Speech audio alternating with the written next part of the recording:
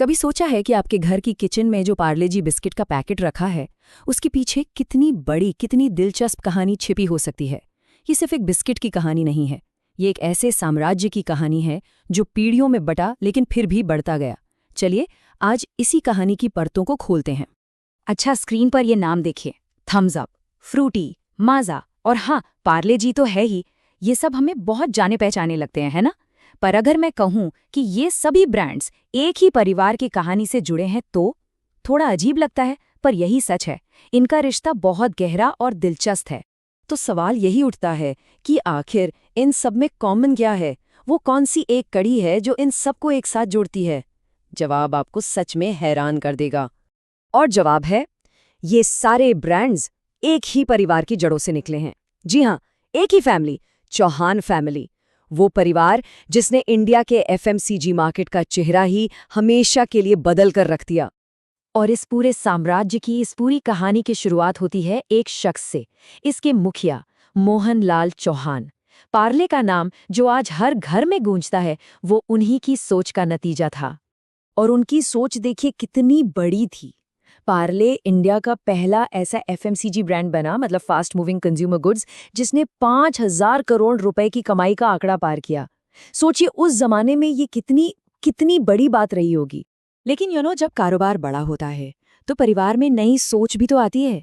और कहानी में एक बड़ा ट्विस्ट तब आया जब परिवार की एक ब्रांच ने सोचा कि नहीं, हमें कुछ अलग करना है। और यहीं से शुरू हुआ एक नया चैप्टर, बंटवारे का भी और एक नए विस्तार का भी।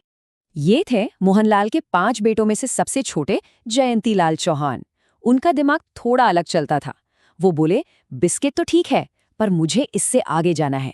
और वो कूद पड़े बेवरेजेस की दुनिया में, मतलब ड्रिंक्स। और उन्होंने बनाए लिम्का और गोल्ड स्पॉट जैसे ब्रांड्स, जिसने उस दौर में पूरे इंडिया का टेस्ट बदल दिया।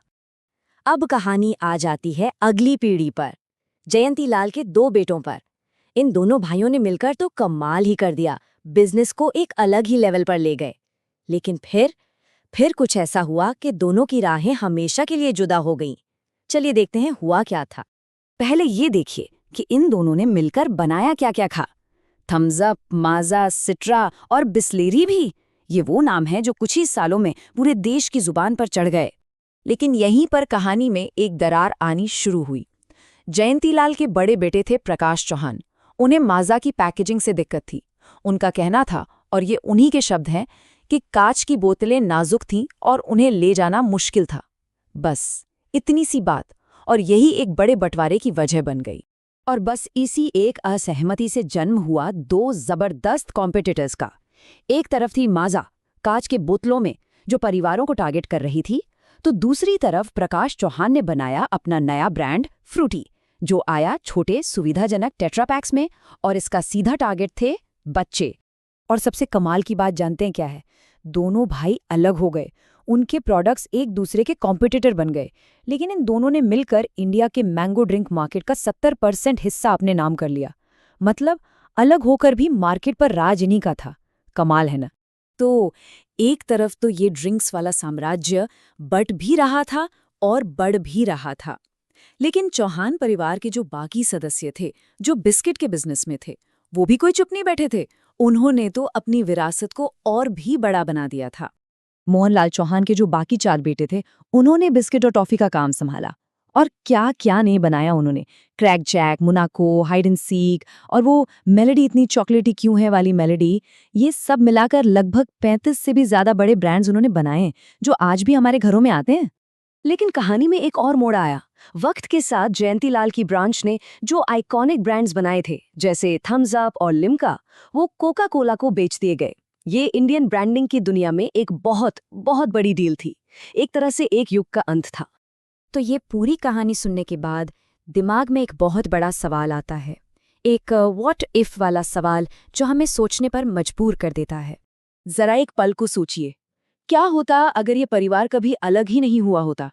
अगर ये सारे जीनियस दिमाग, ये सारे जबरदस्त ब्रांड्स एक ही छत के नीचे काम कर रहे होते, तो आज तस्वीर क्या होती? इसका जवाब आपको चौंका देगा। अगर पार्ले परिवार आज भी एक होता तो उनकी टोटल नेटवर्थ का अंदाजा है 2 लाख करोड़ रुपए। जी हाँ, 2 लाख करोड़ रुपए। जरा इस नंबर को इमेजिन करके देखिए।